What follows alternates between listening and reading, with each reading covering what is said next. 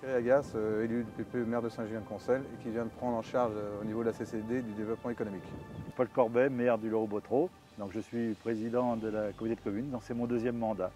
La Loire, c'est un élément fort de notre territoire. Ça structure notre secteur, mais il y a aussi la Divate qui sert aussi de frontière. Et puis vous avez toute la vigne, toute cette particularité, le vignoble, le muscadet, grande force. Et puis les territoires maraîchers, avec ces innovations. Et puis, une grande partie des légumes sont produits sur notre secteur. Et puis aussi l'agriculture qui est quand même un élément très fort. Beaucoup de jeunes agriculteurs et ça aussi c'est un élément fort de notre territoire. Et on a un gros potentiel sur le CCD qui nous permettrait d'amener des entreprises vers chez nous, le cadre de vie. On est naturellement attractif. Il y a une longue histoire sur notre secteur, des artisans qui se sont développés, qui ont beaucoup développé et qui ont été chercher d'autres activités, mais au début des métiers qui étaient vraiment orientés autour de l'agriculture, puis qui aujourd'hui petit à petit se sont beaucoup développés. Et c'est ça aussi qu'on a pu constater particulièrement, c'est qu'on a vu des entreprises se développer et une émulation se créer. Donc on n'est pas monoproduit et pas forcément de très grosses entreprises, mais beaucoup d'entreprises. Et aujourd'hui, l'émulation, je crois que c'est là-dessus qu'il faut que l'on travaille. Et il n'y a rien de tel qu'un chef d'entreprise heureux d'être dans son territoire pour en attirer un autre. Et pour moi, le territoire, en quelques mots, 3 mots, je dirais prospérité, puisque quand même on y vit bien.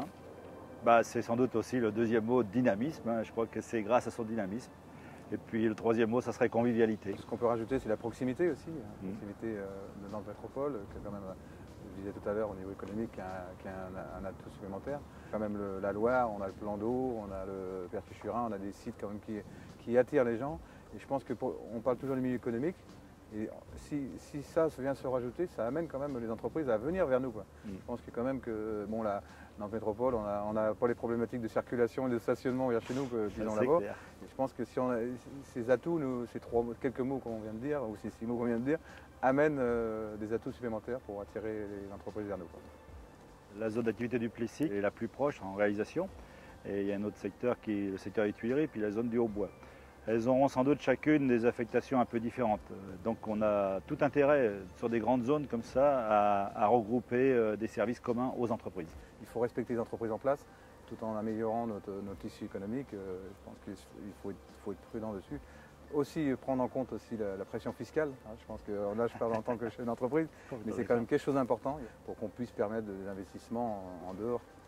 Le schéma de développement, c'est un schéma directeur qui nous permet de ne pas se développer, de faire tout et n'importe quoi. Donc il permet d'organiser sur un secteur. Un des atouts de la communauté de communes aussi, c'est tout le milieu associatif, comme on disait tout à l'heure. C'est enrichissant. Et ça, les gens, il y a le travail, c'est vrai. Mais si on ramène par exemple un domaine qu'on n'a pas trop sur la communauté de communes, c'est le tertiaire. À côté par exemple de Saint-Julien, avec un plan d'eau à proximité, ça serait l'idéal, je pense.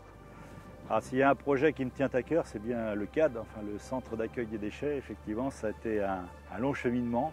Non seulement on va limiter ces allées et venues de camions, de produits que l'on enterrait ou qu'on détruisait.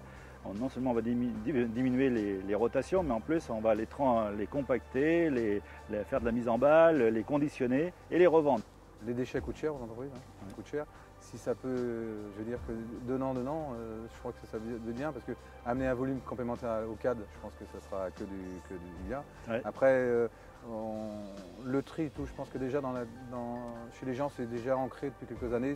Au niveau habitat, déjà, ça s'est amélioré. Au niveau entreprise, ça se fait. Est-ce qu'il faudra qu'on aille un peu plus loin pour justement aider les entreprises pour aller chercher ces déchets? Il faudra peut-être approfondir ce sujet-là aussi. Au niveau, je rebondis un peu sur ce qu'on vient de dire depuis quelques temps, c'est qu'au niveau du commerce, on sait qu'on a une communauté de communes assez spécifique sur le niveau français, qui est composée de 3 grosses communes, mais il y a d'autres communes à côté, et je pense qu'on sera vigilant, qu'on ne délaisse pas nos autres communes. Mais on a quand même une bonne communauté de communes qui vit bien et qui... Dans l'ensemble, ça se passe plutôt bien. Ça se passe pas trop mal, mais c'est vrai qu'il faut qu'on soit assez vigilant sur de travailler pour tout le monde, quoi.